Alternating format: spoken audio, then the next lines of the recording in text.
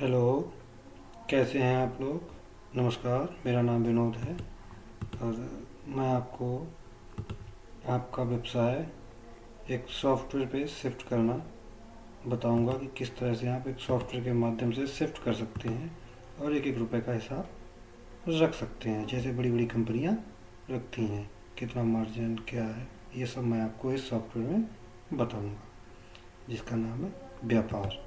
कैसे डाउनलोड करना है, क्या करना है, वो सब मैं आपको आगे बता दूंगा। तो बने रहिए मेरे साथ।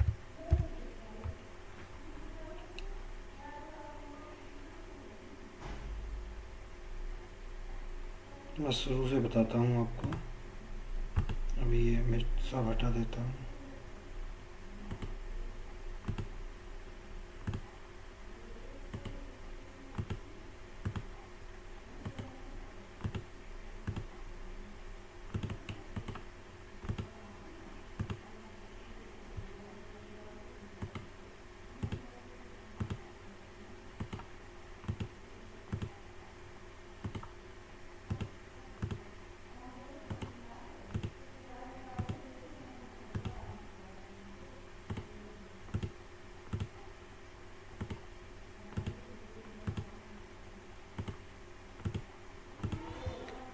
तो ये मैं बिल्कुल क्लियर कर दे रहा हूँ ताकि आप लोगों को कोई मिस्टेक ना हो। देखिए, अभी सेल भी जीरो है, रिसीव भी जीरो है, किसी को पे करना वो भी जीरो, एक्सपेंस भी जीरो है और परचेज भी जीरो है, स्टॉक वैल्यू भी जीरो है। अब बैंक अकाउंट में भी कोई पैसा नहीं है, लोन भी कोई नहीं है, कैश इन हैंड भी कुछ भी नहीं है। तो क्या करना है, सबसे पहले आपको ये करना है कि आपको देखना है कि आपकी शॉप किसी भी प्रकार की है, तो उसमें आपको देखना है कि आपके पास कैश कितना है। अगर आपके पास कैश है, मान लिया कैश आपके पास सिर्फ 10,000 है, तो आपको यहाँ कैश एंड बैंक में जाना और cash in hand adjust cash करना है। ऐड कैश सब आपके पास मान लिया 10,000 रुपये कैश है, ये एग्जाम्पल है, ठीक है। तो ये आपका आ गया कैश इन हैंड 10,000। अब मान लिया आपके बैंक अकाउंट में पैसे हैं, तो यहाँ से आप बैंक अकाउंट भी बनाएंगे। कैसे? Add your bank. जितनी भी बैंकें आपके पास हैं वो सब बन जाएंगी। जैसे मान लीजिए आपके पास, उदाहरण के लिए HDFC में बना लिया मैंने। कितना बैलेंस है HDFC में? आपके मान लीजिए 10,000 हैं।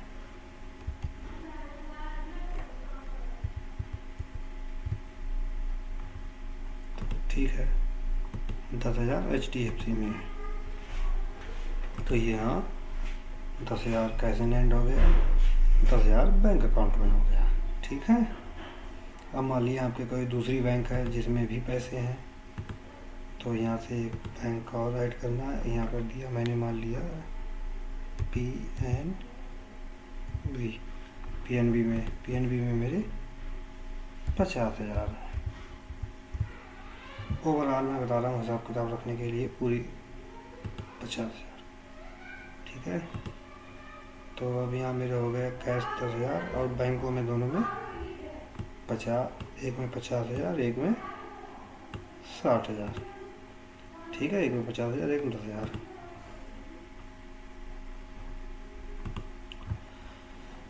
ठीक है, मान लिया अब इतना ही है आपके पास, इससे ज़्यादा नहीं है। बाकी आपका धंधा जैसे भी चलता हो। ये आप अब ये आपने लोन लिया है, ये लोन का अकाउंट है। अब मान लिया आपने लोन लिया है बैंक से, तो यहाँ बैंक का नाम डाल दिया SBI, SBI ले जाओ, ठीक है। अकाउंट नंबर आप जो भी डाल सकते हैं, सब जो आपका हो अकाउंट नंबर वही डालना है। उस बैंक से आपने कितना लोन लिया है वो आपको डालना है वहाँ, ठीक है। जैसे 1,00,000 रुपए बैंक से लिया, 100,000 हो गया, ठीक है। ये कैसे लिया आपने? कैश में आया है तो कैश में, HDFC में आया है तो HDFC में, PNB में आया PNB। ठीक है। तो इस बैंक से मैंने मान लिया कि बैंक से मुझे HDFC में पैसा मिला। अगर कोई प्रोसेसिंग फ़ीस गई है तो वो भी आप कर सकते हैं, या नहीं गया है, माना पहले से आपका लोन है तो फिर तो आपको नहीं याद होगा, फिर तो आपको यही याद होगा कि हाँ मुझ पे कितना लोन है, वो आपने फीड कर लिया और यहाँ सेव कर दिया। ठीक, अब ये हो गया आपका कैश इन हैंड 10,000, बैंक में HDFC में हो गया 1,10,000, PNB में 50,000 यानी 1,60,000, या लोन आपको दिखाने लगा 100,000 यानी 1,00,000 आपका लोन है। तो आपके पास कितना पैसा हो गया, बैलेंस शीट 1,70,000 रुपये बैंक अकाउंट में। ठीक है, 1,70,000 हुआ, 10,000 ये, 1,60,000 ये। तो अब माना कि आपने रुपये हो गया है, फिर आप क्या करेंगे, खरीदारी करेंगे। ठीक है, अगर आप खरीदारी कर रहे हैं नए सिरे से, फिर तो आपको परचेज़ करनी है। और अगर आपने पहले से खरीदारी कर रखी है, माल खरीद रखा है, तो यहाँ आप एक एक आइटम फीड कर सकते हैं। जैसे मैं बता देता हूँ आपको, यहाँ से आपने किया, अगर आप जैसे आपकी मोबाइल की दुकान है तो नोकिया वो, यहाँ पे आपको HSN कोड डालना है, 8517 होता है मोबाइल फ़ोन का, हर एक का HSN कोड अलग अलग होता है, और वो आप इंटरनेट से सर्च कर सकते हैं। इसके बाद परचेज प्राइस जो भी आपके फ़ोन की हो, चाहे आप ख़रीदने जा रहे हों या चाहे आपने ख़रीदा हो अभी, वो चलाने एंट्री कर रहे हैं, या फिर आपने पहले से ख़रीद रखा है उसकी एंट्री। तो मैंने मान लिया ये 10,000 रुपये का है विदाउट टैक्स। ठीक है, और अगर आपका 10,000 रुपये टैक्स सहित है तो आप विद टैक्स कर सकते हैं। और ठीक है, तो यहाँ विदाउट टैक्स कर दिया। सेल प्राइस है 10,500 प्रॉफिट का, और यहाँ से सेव कर दिया, तो आपका आ जाएगा 10,000 रुपये ये। और आप में यहाँ से अगर आपके पास पहले से है स्टॉक, तो आप यहाँ पे अपना स्टॉक डाल देंगे। जैसे पहले से आपके पास अगर 1 पीस है, 2 पीस हैं, जो भी हैं, तो आप यहाँ से लिख देंगे 10 पीस, मैं आपको बता दे रहा हूँ। ठीक है, तो आपका स्टॉक आ जाएगा यहाँ 10 पीस। और अगर आपके पास पहले से कुछ नहीं है, आप ख़रीदने जा रहे हैं, तो आप यहाँ पे 0 रहने देंगे। ठीक है, नोकिया। तो अब आपके पास 1,70,000 रुपये हैं, और अब आप करेंगे परचेस।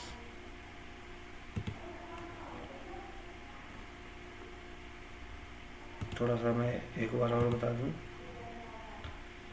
कि अगर आपके पास पहले से स्टॉक है और आप बाद में ये सॉफ्टवेयर लगना चाह रहे हैं, तो उसमें आपको आइटम वाइज अपना स्टॉक फीड करना है कि यहाँ से आइटम कर लेना है, यहाँ से जो भी आइटम है आपका वो लिख लेना है, नाम, यहाँ पे HSN कोड, यहाँ पे सेल प्राइस, यहाँ पे परचेज प्राइस, और फिर सेव कर देना है।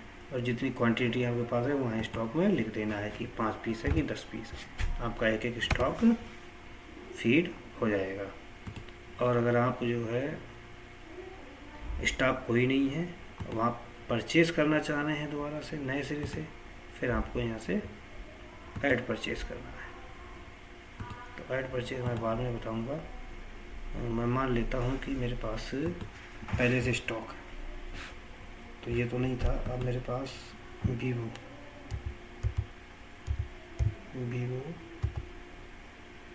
Y11, ठीक है, HSN 8517, कैपिटल में लेते हैं।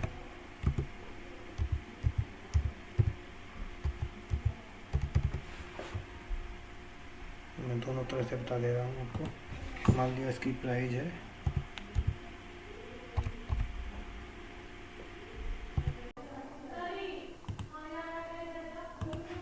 15,000 रुपये परचेज प्राइस है और सेल प्राइस है 16,000। ये एग्जाम्पल के तौर पे हैं, आपको अपने रेट डालने हैं। ठीक है,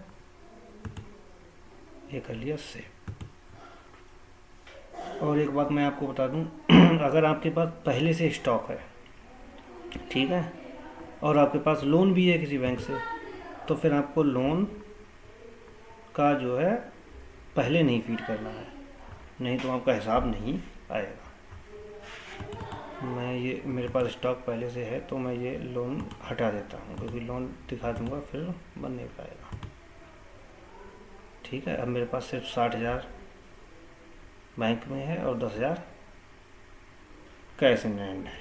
इतना ही आपको रखना है, बाकी मेरे पास आइटम पहले से हैं। तो वीवो के मेरे पास हैं 5 पीस।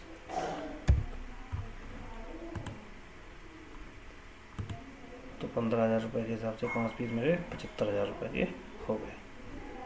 ठीक है, नोकिया मेरे पास नहीं है बिल्कुल, ये पहले से है। तो मैंने दोनों तरह से आपको बता दिया कि अगर आपके पास पहले से है तो आप ऐसे फीड कर सकते हैं, और पहले से नहीं है तो इस तरह से सारे स्टॉक आपको कर लेना है। फिर आइटम है मेरे पास, एक और कर लेता हूँ जो मेरे पास पहले से है।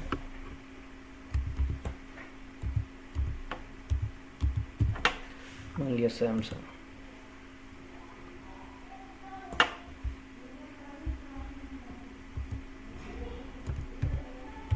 $1,200, इसका भी सेम है कोड 17। इसकी परचेज प्राइस 1,000 रुपये, सेल प्राइस 1,200 रुपये, और इसका भी स्टॉक मेरे पास पहले से है 5 पीस। ये मैंने सेव कर दिया। तो ये देखिए सैमसंग 1,200, 1,000 रुपये के साथ 5 पीस 5,000 रुपये के। ठीक है, तो अब आपको यहाँ स्टॉक वैल्यू दिखाने लगेगा। स्टॉक वैल्यू मेरे पास 80,000 रुपये की हो गई है। 10,000 रुपये मेरे पास हाथ में कैश है, 60,000 रुपये मेरे अकाउंट में है। लोन का पैसा अभी, अगर आपके पास है लोन तो बाद में लिखेंगे, और अगर लोन नहीं है तो फिर छोड़ देना है। ठीक है, तो यहाँ रिपोर्ट देखेंगे हम, और आइटम में 5 पीस 5,000 रुपये के 22,000 75,000 और 5,000 80,000 रुपये का स्टॉक हो गया है। ठीक है, अब मान लें आपके पास 70,000 रुपये ये पड़ा है, तो इसका आपको इतना ही स्टॉक है, जितना भी आपके पास हो स्टॉक वो एक एक करके इस हिसाब से फीड कर देना है, और उसके बाद नहीं है फीड कर देना है। ठीक है, जितना भी स्टॉक है, चाहे टेम्पर्ड हो, ग्लास हो, मोबाइल फ़ोन, कुछ भी, एनीथिंग जो भी हो, सब एक इसी तरीके से फीड कर देना है जैसे मैंने ये किया। बाकी फिर आपको ये बचा पैसा, इससे आप और परचेज़ करेंगे, उसके लिए आपको यहाँ से ऐड परचेज़ पे जाना है। फिर जो भी पार्टी से हम माल खरीदते हैं वो पार्टी, जैसे मेरे में पहले से पार्टी है सोनारा ट्रेडर। ठीक है, इससे आप जब खरीदेंगे तो उसका जो भी बिल नंबर होगा वो बिल नंबर यहाँ लिख देंगे। के बाद जो आइटम हमने ख़रीदा, मैंने मान लिया नोकिया 1 में ख़रीद रहा हूँ जिसकी कीमत 10,000 है, और मैंने यहाँ 7 पीस खरीद लिए 70,000 रुपये के। अगर आप सारा पेमेंट दे रहे हैं तो यहाँ सारा लिख देंगे, और नहीं जितना दे रहे हैं तो उतना। जैसे अगर 70,000 दे रहे हैं 70,000, या अगर आप 20,000 दे रहे हैं तो यहाँ सिर्फ 20,000 लिख देंगे, बाकी 50,000 बैलेंस में आ जाएगा। तो मैं यहाँ 70,000 रुपये दे रहा हूँ, क्योंकि 70,000 रुपये मेरे पास है। ठीक है, अब ये 70,000 रुपये कैसे देंगे, क्योंकि आपके पास 10,000 कैश में है, बाकी बैंक में है।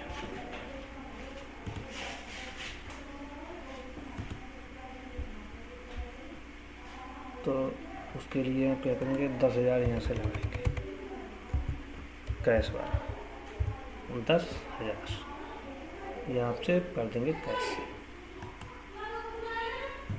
ठीक है, इस 60,000 इनका बच रहा है। अब कैश इन हैंड आपके नहीं रहा, 60,000 बाकी है। तो फिर उसके लिए हम क्या करेंगे, आपके PNB में है 50,000, और HDFC में है 10,000। ठीक है, तो आप यहाँ से क्या करेंगे, पेमेंट आउट करेंगे और किसे, सोनारा ट्रेडर को 60,000 बाकी हैं, कहाँ से, HDFC। ये आपको पहले से देख रखना कि HDFC में मेरा कितना बैलेंस है।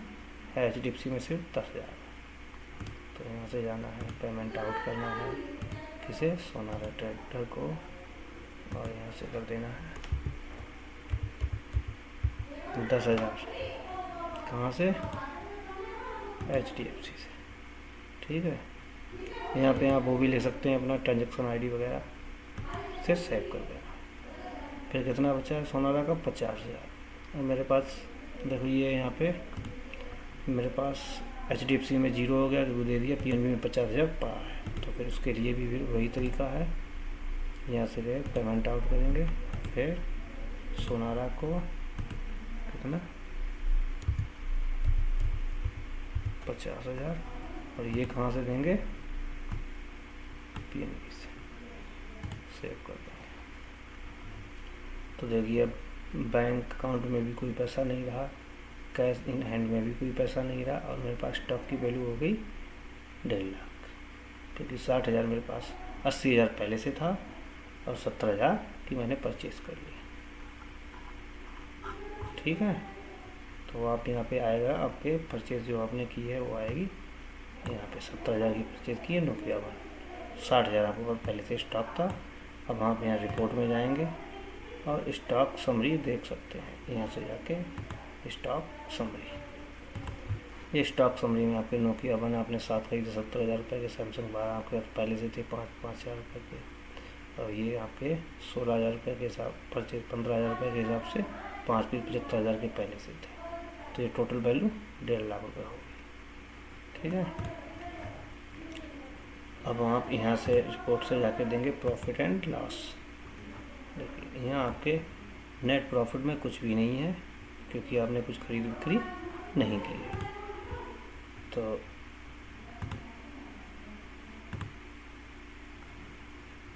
अब हम करते हैं बिक्री, यहाँ से ऐड सेल, यहाँ से अगर आपका कैश का बिल है तो यहाँ कैश बिल मान देंगे, अब क्रेडिट का है, उधार का है, तो फिर यहाँ पे जाके पार्टी का नाम लिख देंगे। हम पार्टी का नाम भी लिख देते हैं,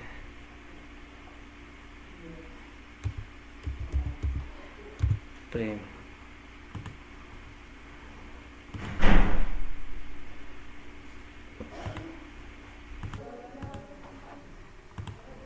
तो यहाँ कैश का बिल कर देते हैं, या क्रेडिट में करते हैं, तो यहाँ प्रेम मेरे पास पहले से फीड है, तो ये प्रेम को डाल दिया। क्या डाल दिया, और मान लिया मैंने यहाँ पे आपके स्टॉक की लिस्ट आ जाएगी जो भी आप बेच रहे हैं। ठीक है, तो हम नोकिया 1 बेचते हैं 10,500 में बेचते हैं, और यहाँ से आपको ये भी दिखता रहेगा आपकी परचेज़ क्या है।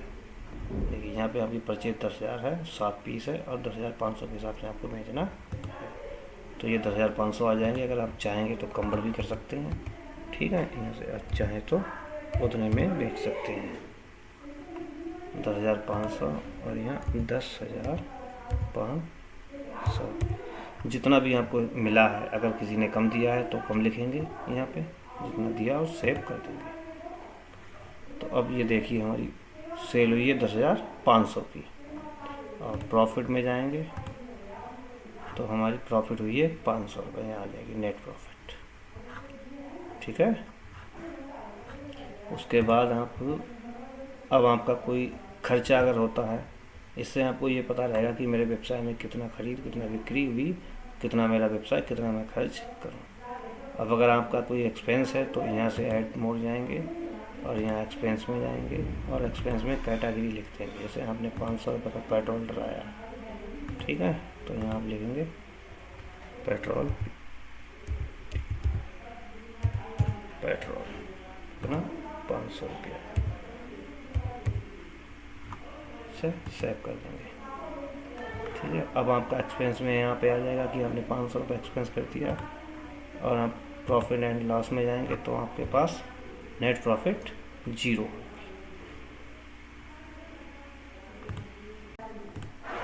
तो नेट प्रॉफिट आपकी 0 है। इससे आपको पता लगता रहेगा कि यार मेरे व्यवसाय में कितनी प्रॉफिट हुई है और कितना मैंने खर्च कर दिया है। जितनी आपकी प्रॉफिट बची रहेगी वो यहीं पे।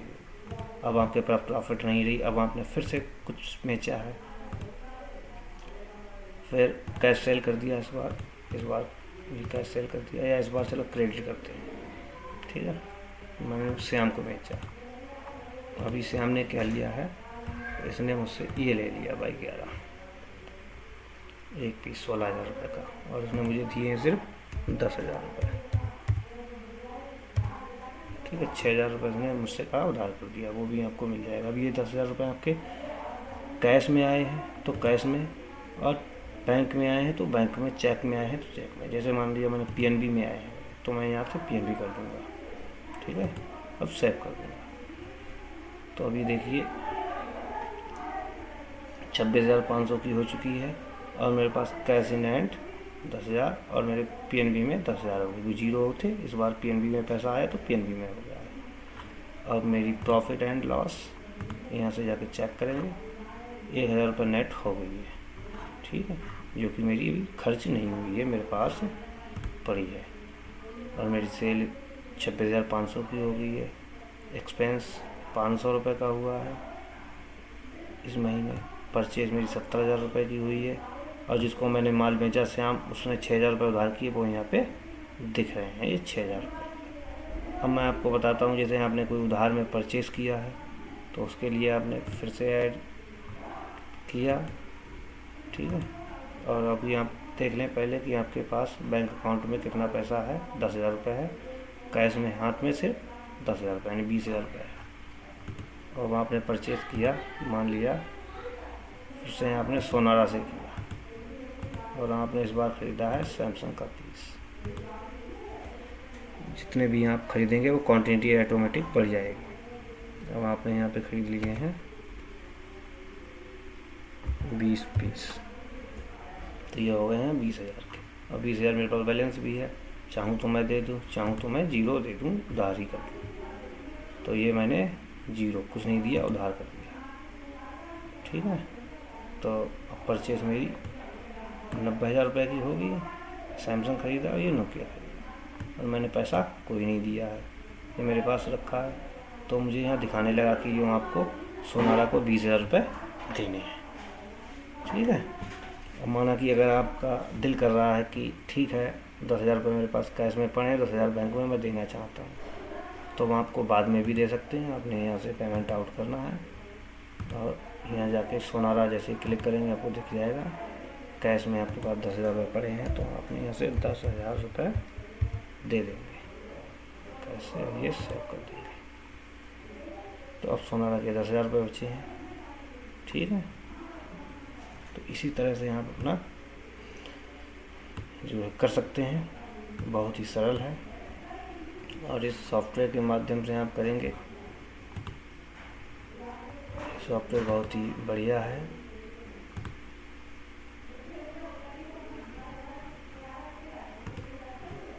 तो उम्मीद है आपको हर तरह के समझ में आ गया होगा।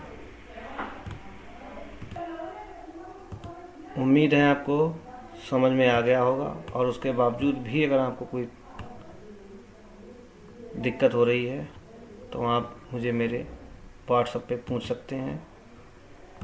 मेरा व्हाट्सएप नंबर है